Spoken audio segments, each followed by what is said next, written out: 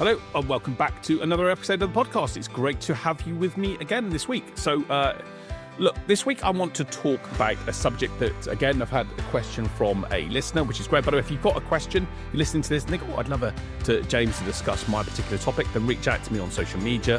Happy to help you with this. But the question that someone has sent me was, how can I stay persistent when I'm following up with prospects without being annoying? And I thought, great question. Let's cover it in a podcast episode. The question, how can I stay persistent without being annoying? And look, one of the reasons why this is important is great, firstly, that the person that has been listening to this has realised and has taken on board the things that I've talked about how you've got to stay in the game. 80% of sales are done on the 5th to the 12th interaction, and that was from a number of years ago. I actually think it's a bit longer now.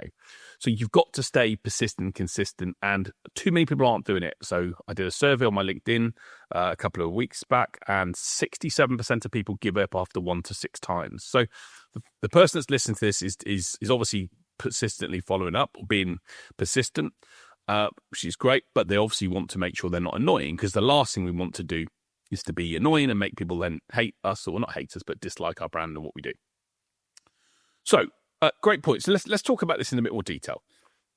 The first thing I think is a bit of self-reflection, and that's make sure that you can understand the line between persistence and pushiness or annoyingness.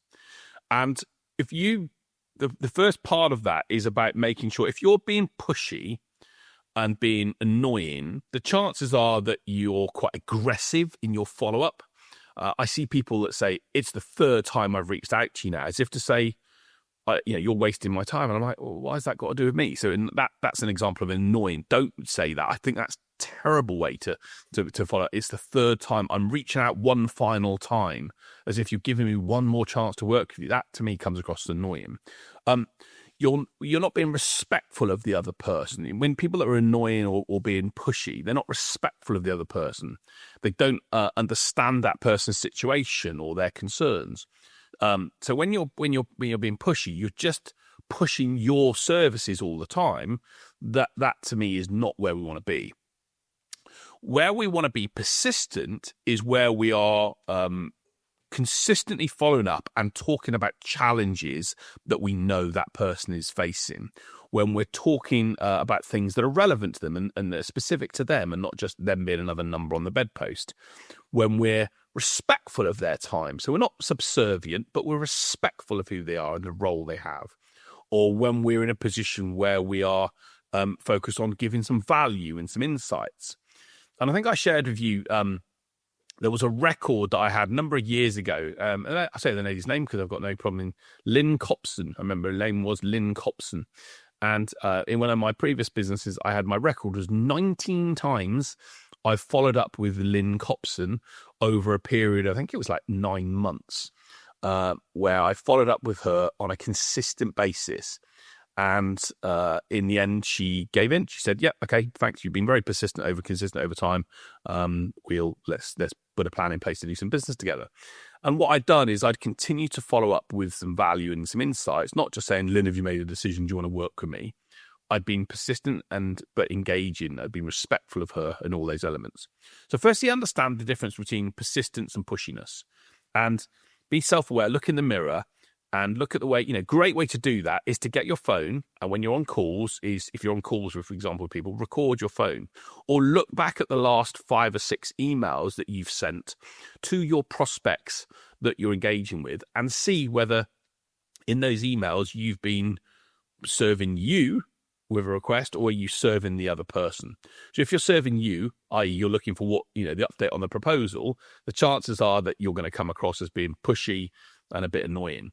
If you're sharing a response that's, "Hey, John, appreciate you've got lots on. When we spoke, you talked about a challenge and to want to share some resources that can help you."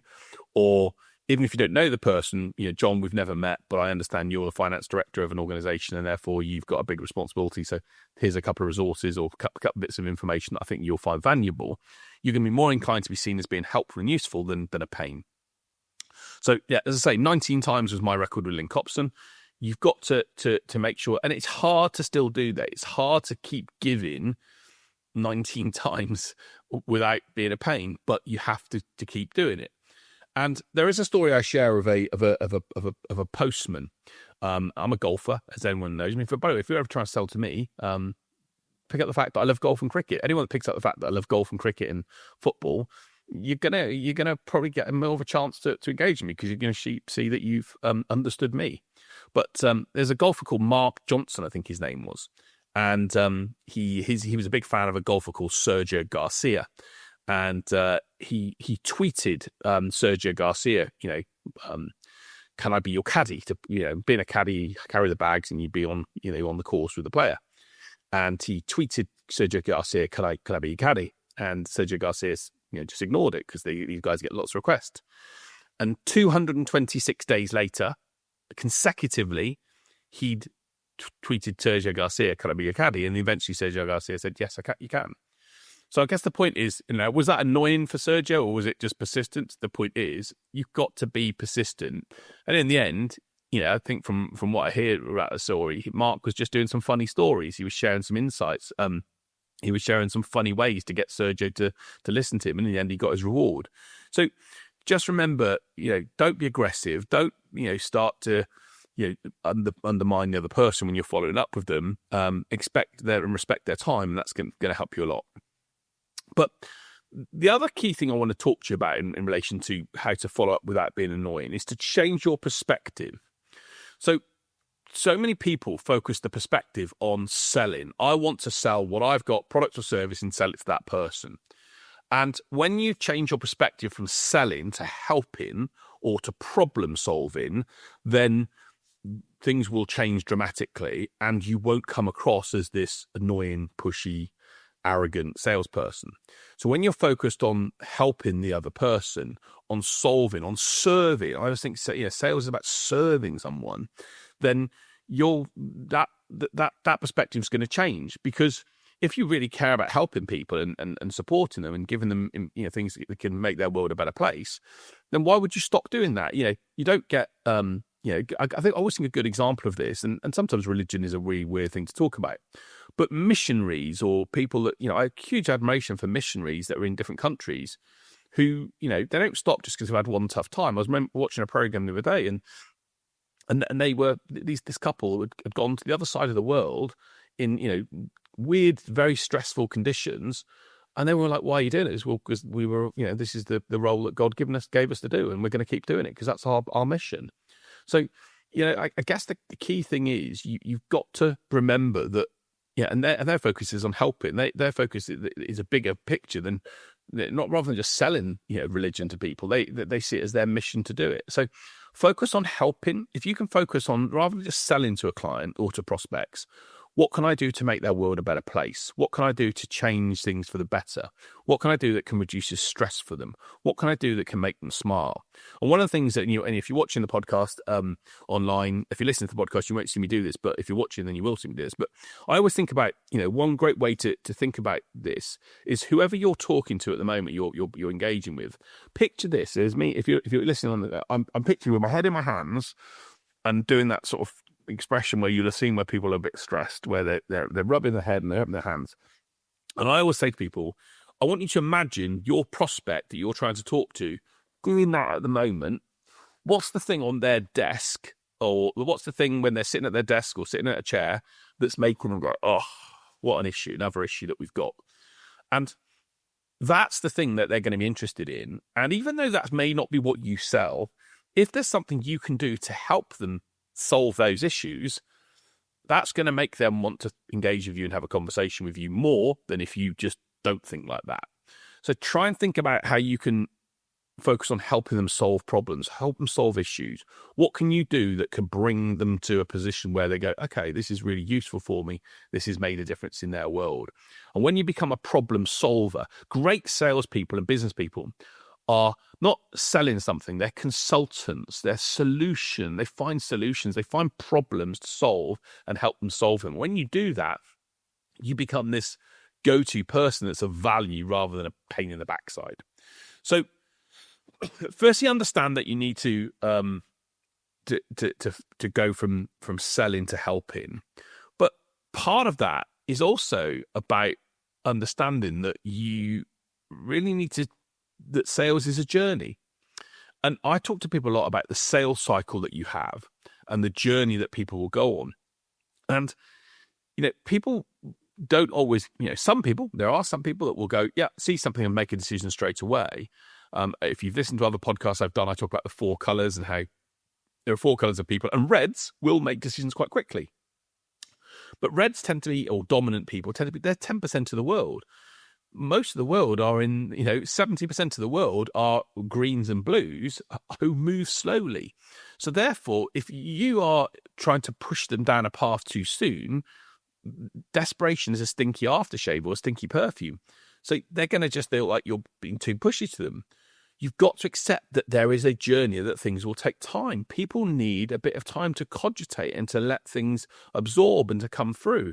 And my wife's a really good example of this, and she gets it really well. Where, and I tell this story because, she's blessed her. I love her to bits, but she's very good at getting sort of what she wants over time. And she understands that sales, and getting her result or her sale, it took a while. And for example, it happened relating to a dining room table. So last year, and by the way, our dining room table that we had is a beautiful dining room table. Nothing wrong with it at all. We had it when we got to bought our house 15 years ago. Beautiful table, still looks beautiful. She kept it really well. Don't need it. I wouldn't need a new table if it was 30 years from now. It's a good bloody table. But around 6 months before we bought a new table, she started putting these little things, in my mind, she's very clever at doing it. And she was, literally saying, it's a challenge sometimes because the table we've got in the room that we've got, it's quite a big table. She said, the challenge around having that bigger table means we can't do this. And a problem around that is obviously that's quite a big table. And she kept on putting these little bits of nuggets of stuff in over a period of time that said, it'd be great if we could change the table because that could enable us to. Anyway, long story short, she must have sent mentioned it 10, 15 times. And then something happened and she said, of course it happened because the table size. And then I was like, right, for God's sake, just bloody do it. Just get it done. So the reason I'm saying this is it took a journey. It took about 6 months. Now, if it was me, I wouldn't have bought a new table because I would have literally said the table we've got is perfect. But she wanted a new table and she nudged and she prompted and she cajoled and she suggested. In the end, she got a new table. Now we've got a new dining room table and the other one's in the storage unit that I've got. But the point being is you have to accept that journeys take time when people are going through things. So don't try and rush things. The reason you're rushing it is because you haven't got enough deals in your pipeline and you want that deal to come through. But you being pushy is going to stop that deal from coming through when it may come through if you're naturally adding value and engaging with it in 3, 4, 5 months' time. But if you push too much too soon, you lose that opportunity. So one of the main reasons why salespeople don't succeed or business people don't succeed is they don't have enough prospects in their funnel.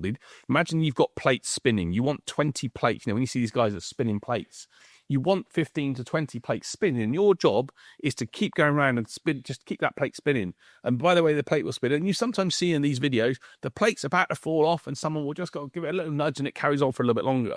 And then eventually the plates will then drop into the hands once the magician or the artist has done their trick. And that's sales. That's what we've got to do in business. We've got to keep those plates spinning, little nudge, little nudge, little nudge, little nudge. And eventually those sort of things then tend to drop in. So understand that it takes time. Understand it's a journey, that it's going to go on. And we don't know what's going on in other people's world half the time. So it's our job to make sure we're just showing up and being visible, but not being visible with, it's them again. Okay, what have they got to say this time? Darren sent me an email okay, interesting. All right, okay. He's sharing some insights over there. All right, this month, okay, he's sharing another report. And, he's found another article about something. And by the way, you don't have to share your report. Let's say you're working with a client. You can go on to maybe, go to ChatGPT again. And this is where tools like AI are really useful for you. Find me an article, find me a study, find me a research article related to a certain subject that your prospect's interested in, and find it from there, and then share that with them and say, hey, I saw this the other day when I know you guys are looking at solving that issue. I wanted to share this with you. People will then find you valuable, and then you're continually reminding that you exist. And I always say to people that sales and marketing is very much like a boxing match. It's very rarely the knockout punch that does it. It's the regular blows, time and time again, over a period of time that makes people eventually go, okay, this could work for us. So really understand that it can take some time, but make sure that you, as part of that strategy, create a strategy that just feels natural. Make sure that you are engaging with them and showing that value, showing that purpose. Make the conversations that you're sharing useful and something that people think, okay, this is helpful for me. I guess the other key thing around how to stay persistent without being annoying is also handle objections as part of that process. So one of the things that I encourage people to do is, if you are engaging with someone 7 or 8 times, don't just make the message the same that 7th, 8th, 9th time as it was the previous times. Maybe create some text that talks around, hey, you're going to think I'm annoying, but that's the last thing I want to do. I will always say to people, hey, I don't want to become a pitter. And people sometimes come back and say, what's a pitter? A pain in the ass. So I always, let's say, I don't want to become a pitter for you. But I'm keen to help you solve this issue. I really want you to get this resolved, get this problem fixed, whether that's with me or someone else. So one of the other things that I will also do is, when I'm following up, is I will always talk about the other options that they've got, which is sort of like the objection that they're giving you, is because they're looking at your option versus someone else's, and I will always give them that other option. So just give an alternative. Mention the fact that, hey, if it's not right for them, that's okay. You don't want to become a pain. You just want them to solve the issue. You want them to gain value. You want them to help them become that person that has the issue going away. And if you can do that, then you're going to be in a better position to make them realize, and say to them either, hey, I know that now is not the right time. You can even say, now is not the right time to buy. Obviously, it's not the right position, but I'm going to continue to share some insights that can help you, if that's okay. And what most people will do is go, okay, fair enough. And sometimes, maybe in your subject line or in your follow-up on message on LinkedIn, you can continue to share stuff that makes them go, okay, this is useful.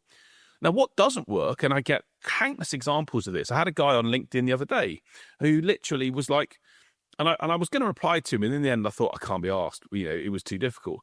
But his third message was just like asking me stuff that's generic business stuff, and I try and find it. His name was Gary, and if you listen to this, Gary, your message was I just thought it was average, bang average, as it were. But he literally, the first message was, it's inspiring to see business, interested to learn more about your journey. And then he comes back with, ever feel your business is running you the other way around? Sounds useful to chat, let me know. And then he talks around, have you figured out your 20% you're juggling with? And it was like, I was like, why don't you do something that's personalized to me? Why don't you just say, hey, James, I noticed that you put a post up a couple of months ago around this subject. Talk to me through what made you, that happen. Or I see that you did this, is 3 months ago. I'm intrigued to know what you did that, or I saw that you signed up so and so as a customer. How did you get to work with them? Start doing stuff that makes that person think that you're engaging with them on a personal basis, that you're not just another notch in their bedpost, and it's going to be a massive factor for you. And like I say, you've got to stay in the long game. But here's the interesting thing: the question I also get asked is, when is the right time to stay away? And the honest answer to this is, would I step away from anyone that hasn't replied back to me? No, I would try and continue to prospect and engage with them.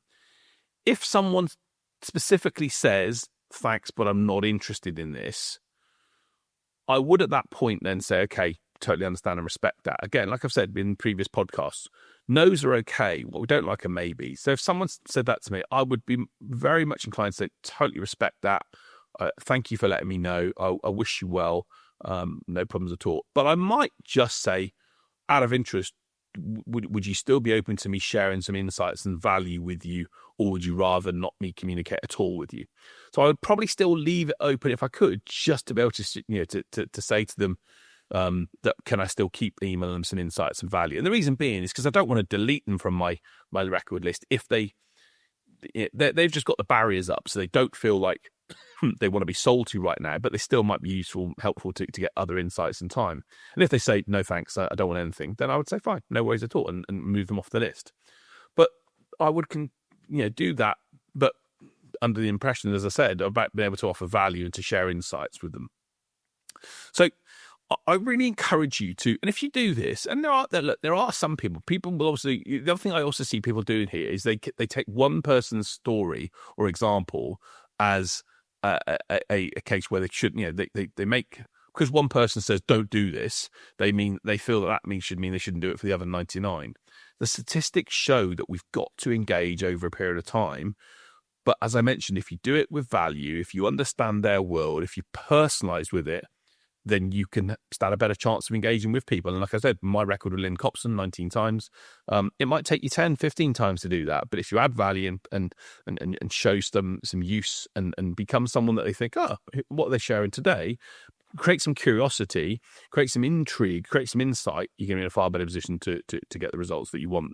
And it's going to stop you from being that annoying person. So change the language up, make sure you share some insights, and it's going to hopefully help you do what you need to do.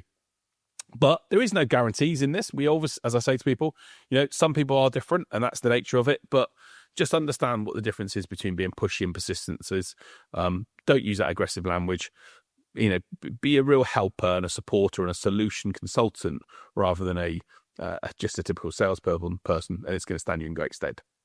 So that's how to stay persistent without being annoying. Hope it's helped you. By the way, let me know if you. By the way, the person that asked the question, I won't give their name out, but if you have, if that's helped you, then let me know. And if it's not, I can cover some other ideas from there as well. But look, as I always do, I finish the podcast on an inspirational story, and I wanted to do the story this week of a guy called John Akawari. Now, you might have heard of this guy's story, but I think it's incredible. So John Stephen Akawari, he came from Tanzania, and he was at the Olympic Games in Mexico in 1968. And he basically, this story I think is an incredible inspiration to me. And when I found out about it, I was like, wow, that's what I love to see. And he suffered a fall during the race, and he injured his knee and dislocated his shoulder. And in many respects, most other people would have quit and given up. But he didn't. And he ran through the stadium and the streets of Mexico and then got into the stadium and it had been emptied. But he became a legend in people because when he was asked why he didn't give up, he said that my country did not send me 5,000 miles to start the race. They sent me to finish the race.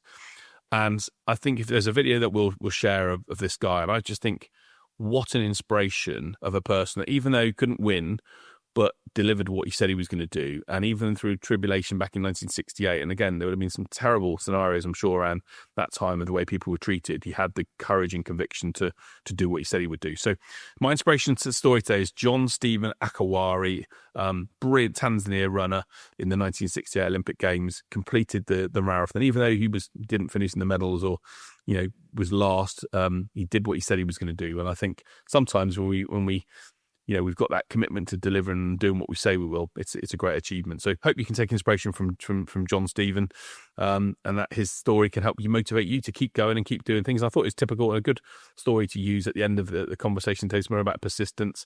John had persistence to finish the marathon. Sometimes we've got to have persistence to keep engaging with prospects. And if we do that over time, we'll get the results that we want, but it will take time. That's it for the podcast this week. Hope you've enjoyed. If you have, please tell others about it so we can share lots more insights to them. But until next week, be safe, keep smiling, have a great week, and I'll see you then. Take care.